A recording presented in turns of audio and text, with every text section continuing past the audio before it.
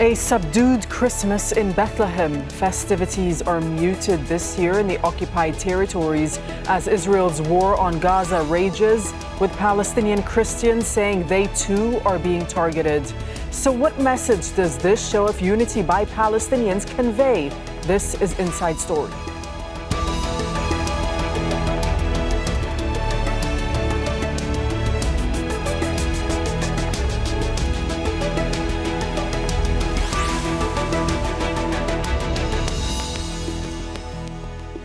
Hello and welcome to the program. I'm Dareen Abughaida.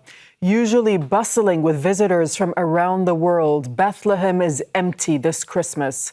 Festivities are muted in the occupied West Bank as Israel shows no sign of ending its onslaught in Gaza. Israeli bombs do not discriminate. Everything and everyone in the Strip is a target, from hospitals to schools and from mosques to churches. So what message are Palestinian Christians sending to the world by cancelling this year's festivities in Bethlehem? We'll go to our guests in a moment, but first, this report from Michael Apple. Silent night on Christmas Eve, in a square usually packed with pilgrims and tourists. The Nativity scene showing the baby Jesus, whom Christians believe was born in Bethlehem more than 2,000 years ago, altered to reflect Israel's war on Gaza. We put this model, as you see, to reflect the reality. And we are sending a message to the international community and to come here and to stand with the Palestinian cause and to force Israel to stop this aggression against our people. The war in Gaza, Israeli raids on Palestinian communities in the occupied West Bank, and restrictions on movement. It's a time of sorrow and frustration, and it's taking a toll on businesses that rely on the holiday season. The situation in Bethlehem is hard because 80% of the economy here depends on tourism. We're trying to keep the workshop running for the workers because they all have responsibilities, and this is all they know. Tourists won't come here as long as the war goes on. It's terribly hard and sad. It's the same in the old city of occupied East Jerusalem. Shops are either shut or empty of customers. The atmosphere this year is much different from most years. Usually it's a hive of activity with all the pilgrims that come. But this year it's very solemn because of the war, of course. And so many fewer pilgrims. We need peace. We're looking for peace. It's a wish many Palestinian Christians are praying for, both in the occupied West Bank and within Gaza. Since the beginning of Israel's war on Gaza, several Christian facilities have been attacked and Christians killed. The survivors have little to celebrate this Christmas, displaced and separated from family. Fadi is one of about 1,000 Palestinian Christians in Gaza. No one feels the holiday spirit. There won't be the usual Christmas decorations or celebrations. We pray to God to end this war soon, stop these massacres. Back in Bethlehem, worshippers attend midnight mass in a show of solidarity. The cardinal of the Latin Patriarchate of Jerusalem didn't pay his traditional visit to Gaza this year. Instead, his Christmas message delivered in Bethlehem: Gaza, you are not alone, not abandoned. Michael Apple for Inside Story.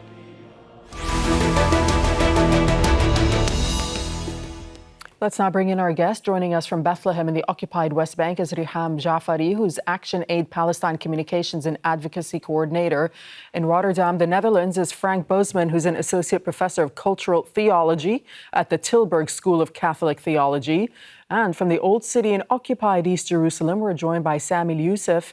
He's the CEO of the Latin Patriarchate of Jerusalem. Thank you all for joining us. Good to be with you on Inside Story. Sami Yousef in occupied East Jerusalem, tell us how you're observing Christmas.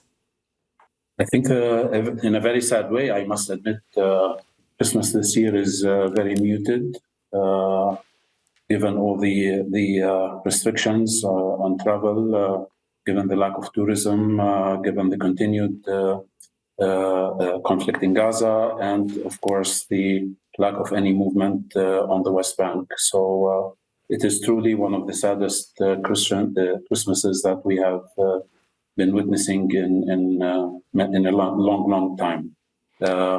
Bethlehem yesterday was very sad in many ways. I think there are many factors that affect that, including, of course, the collapse of the tourism sector, in particular after October 7th, lack of mobility. People could not go to Bethlehem. I myself did not go to Bethlehem yesterday. The checkpoints were open for a couple of hours or so. And of course, the permit suspension, so people could not basically access their jobs in Israel, let alone the lack of any salaries paid by the Palestinian Authority for 180,000 civil servants. So if you look at it from any angle that you wish, not only Gaza and the disastrous war that is taking place there, but also what's happening on the West Bank also is very critical. So all that combined really, I think, made the church leaders basically cancel all the celebrations surrounding Christmas, with the exception, of course, of the religious ceremonies, which took place last night at the Church of the Nativity. Right. Okay. Let's get the view from Bethlehem now with Riham Jafari. Riham, every Christmas, there's a huge Christmas tree that's lit up in Bethlehem. This year, that's not happening. The Nativity sculpture in Bethlehem has been put together this year instead of that Christmas tree. Tell us about that sculpture and what message it's sending out. Thanks for having me. Yes, Bethlehem is very sad this year, and we used in Bethlehem to see the trees are full of visitors and tourists, and the towering the Christmas tree are decorated, but this year it has not happened. It is the Palestinian Christians and the Palestinian Muslims are here in Bethlehem are sad and are celebrating or not, or are witnessing Christmas with pain, with worry, with sorry about what it is happening in Gaza and West Bank. Many of Palestinian Christians also here in Bethlehem have some close relative in Gaza, and some of them lose of this their relatives in the with the Israeli strikes that target churches and Al Ahli Hospital in Gaza,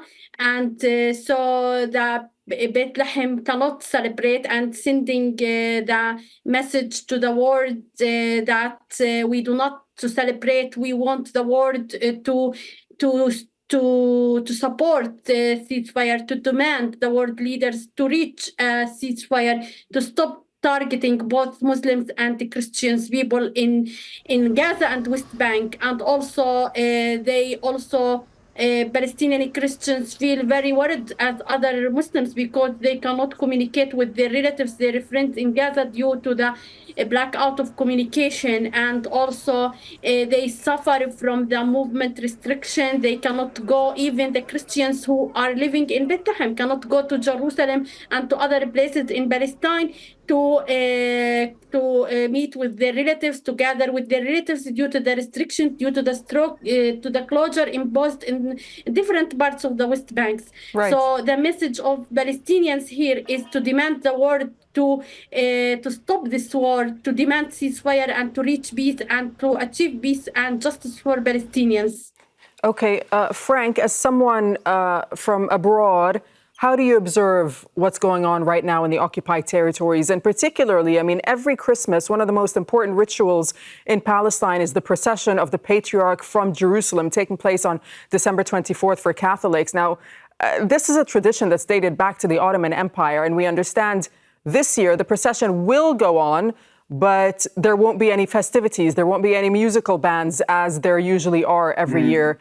It's more of a silent procession. How significant is that?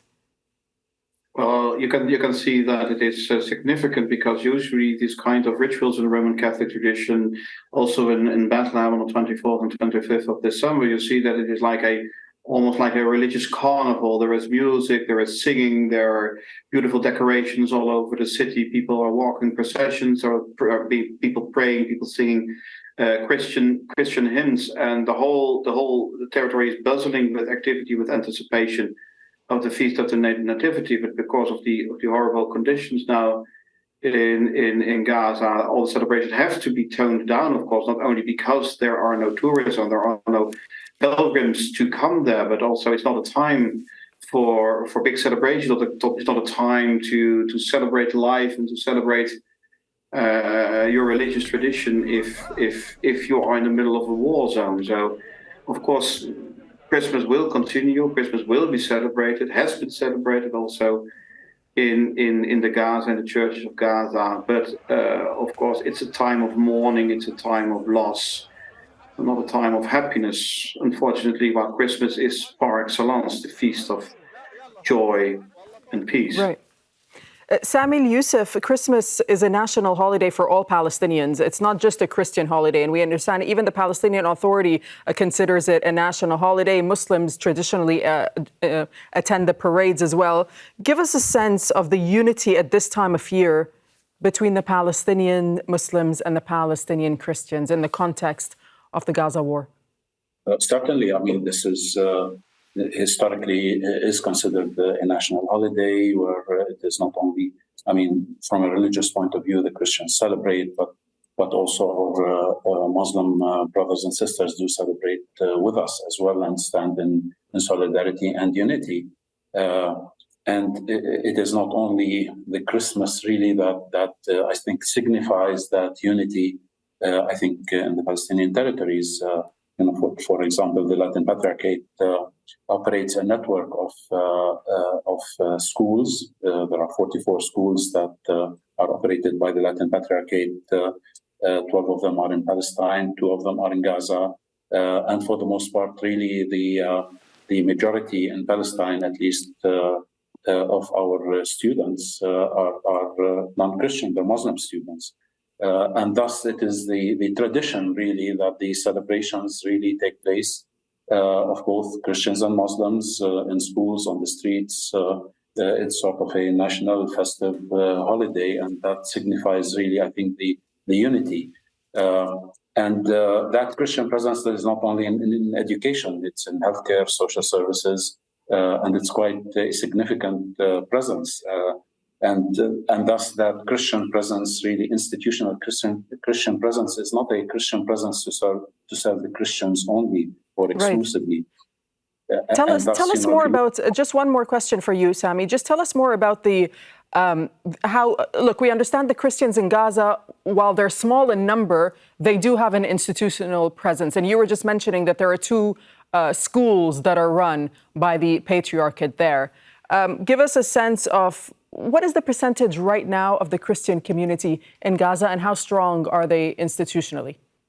As far as the number of Christians in Gaza, really, I mean, we're talking about a little under 1,000 Christians in Gaza. We started before the war at 1,017, and we have lost 25 people actually since the beginning of the war. 17 at the St. Porphyrius Church, the Greek Orthodox building collapse, 2 people in our own parish complex, and about 5 or 6 people due to medical neglect. They simply became sick and could not get medical treatment.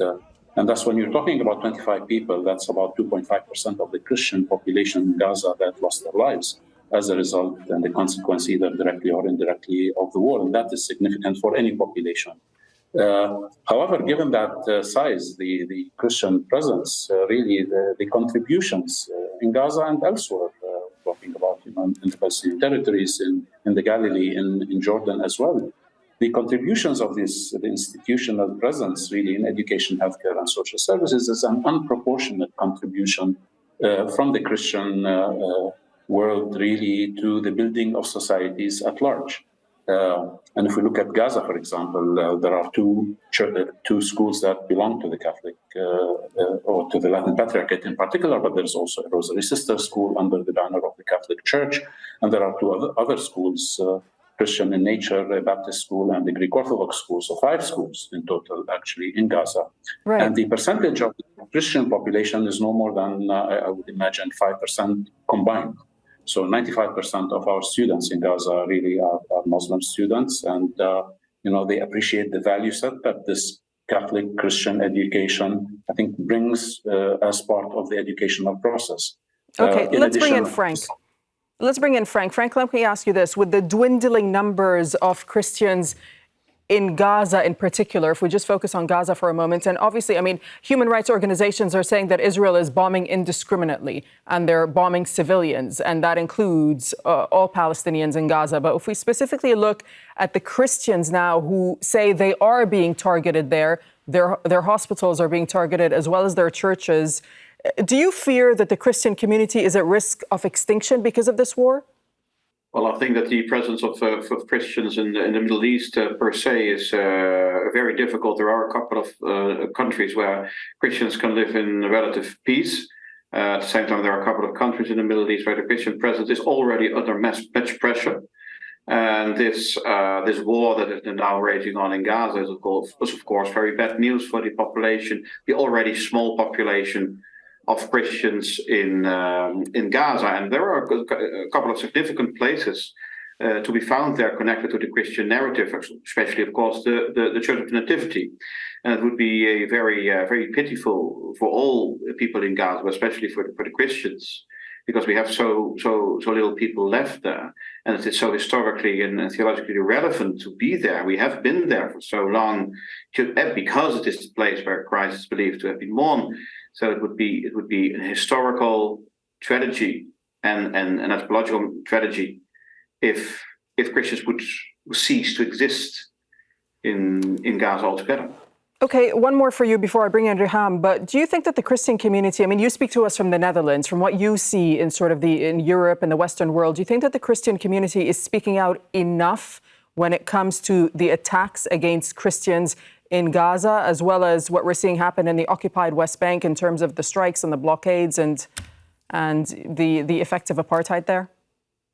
Well, I think that Christians in modern days have forgotten how they should come up for their brethren in the faith. So Christians in the West are not very common to stand up for those who are persecuted in other parts of the world, maybe North Korea or China or in the Middle East. So there is in the Netherlands much outcry for all the victims of the conflicts on both sides of the conflict, but there's not so much attention for the position of the Christians in this conflict. It's not considered to be a very newsworthy kind of item. So there is not so much attention for, and there should be more.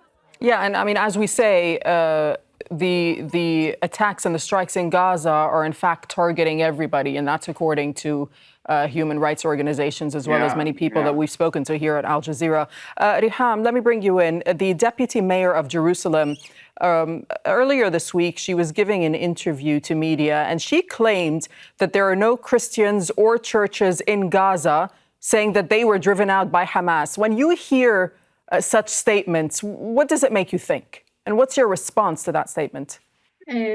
Our response is clear, and I join the statement of your guests. There is more than 1,000 Christians in Gaza and many Christians in West Bank, and there are churches, there are schools, there are existence. And I will remind you one of the victims, who is a musician, Ilham Farah, who was killed in this war by Israeli strikes, and also she was mourned and she was marked, and her achievements and her music and her musical achievement was achieved and highlighted by many Palestinians, and to show that Palestinian Christians in Gaza are existing and are contributing to the building of Palestinian society, to the building of Palestinian education.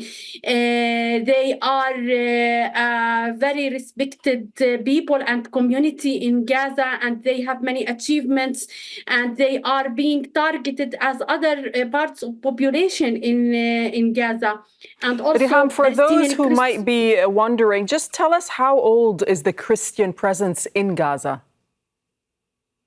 I don't have. They are living there for decades, for hundreds of years. I don't have exact year how long they have been living there, but they are part of Palestinian original history in Gaza, and they have a good legacy and good history and a good achievements in education. And there are many Palestinian figures who contributed on national and religious and political level to Palestinian history, to Palestinian civilization. I mean, and another, there are many, for example, this Palestinian female musician, Ilham Farah, was one of Palestinian Christian who is known for her legacy, for her music, for her art, for her contribution in Palestinian community in Gaza. So we cannot ignore and see that they do not exist. They exist, and they have a good legacy, and they have an original history there in Gaza.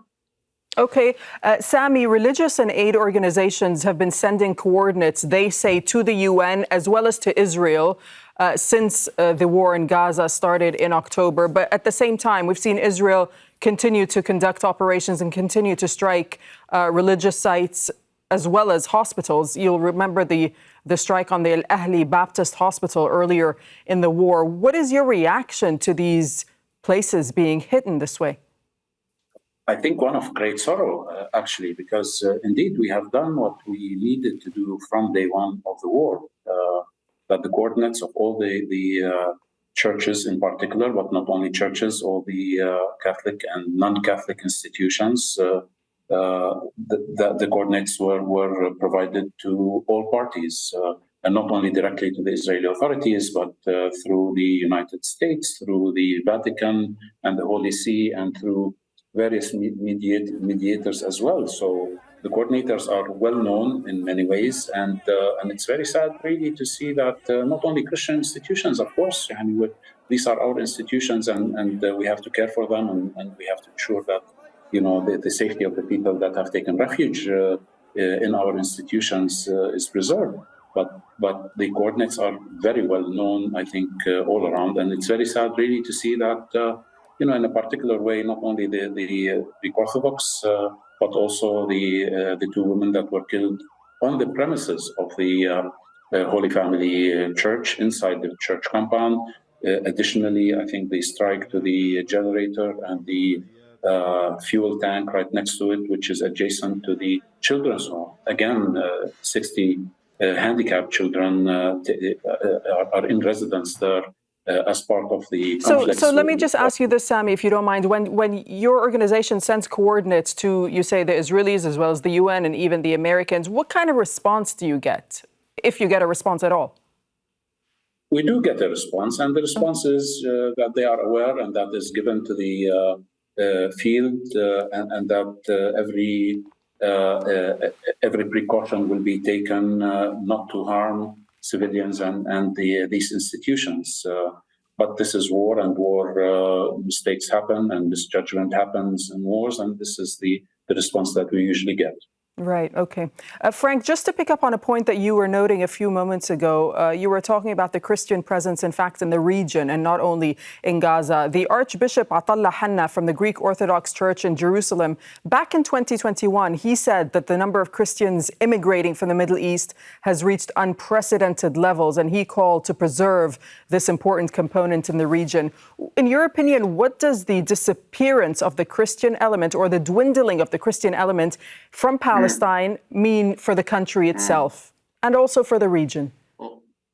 Well, I think that Israel and the Palestine is one of the places where people from the three Abrahamic faiths can prove that they need one another, that they can live together with one another. So if Christians, Muslims, and Jews cannot find a way to live together, especially in Jerusalem and in Bethlehem and in Nazareth, the place that is so important for all three monotheistic religions, then it gets a bit hopeless for the rest of the world. So Israel is in the focus point of the international religious attention, always has been and shall for always be that way.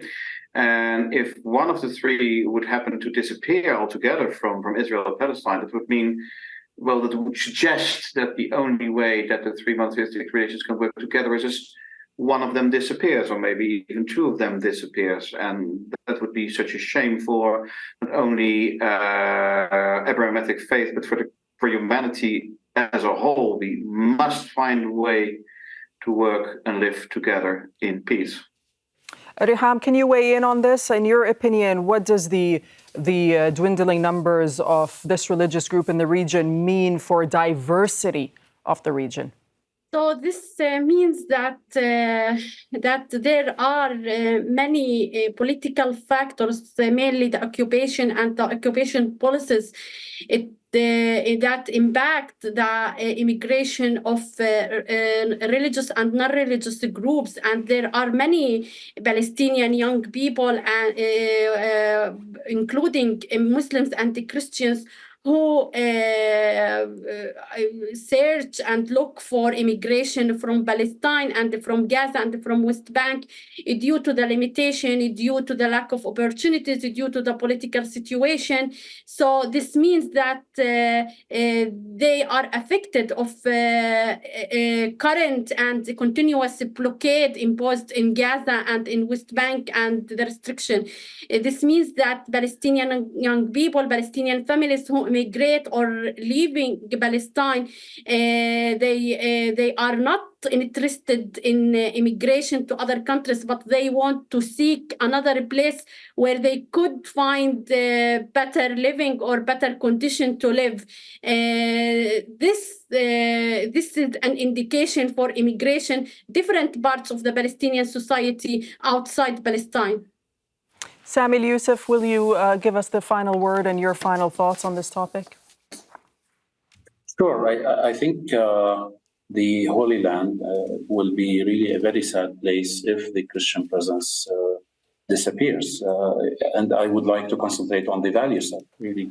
The Christian value set really is one of, forgiveness and coexistence and respect and love and peace. And this message really that filters through, the value set that filters through our institutions, through the services of our institutions, whether in education, healthcare, or social services, that message does not change during time of war. So even in time of war, that message remains the same. And if that message disappears from the scene, what is the other message that today we hear on the streets? One of revenge and one of killing and one of destruction and so on and so forth. So you honestly need that message, that moderating message, really, to remain as part of the mosaic of the Holy Land. The Holy Land will be a very, very sad place if this Christian presence disappears. And I hope really that presence really is translated into stronger institutions of the various churches that are providing these services once this war is over. The day after, I would like to see a stronger Christian presence in the Holy Land rather than a diminished presence. Okay, on that note, we'll leave it there. Thank you so much for joining us. Riham Jafari, thank you. Frank Bosman, we appreciate your time. And Sami Yousef, thanks very much. Thanks for watching. You can see the program again anytime by visiting our website, aljazeera.com. For further discussion, you can go to our Facebook page. That's facebook.com/Inside Story. You can join the conversation on X. Our handle is AJ Inside Story. From myself and the whole team here in Doha, thanks for watching. Bye-bye for now.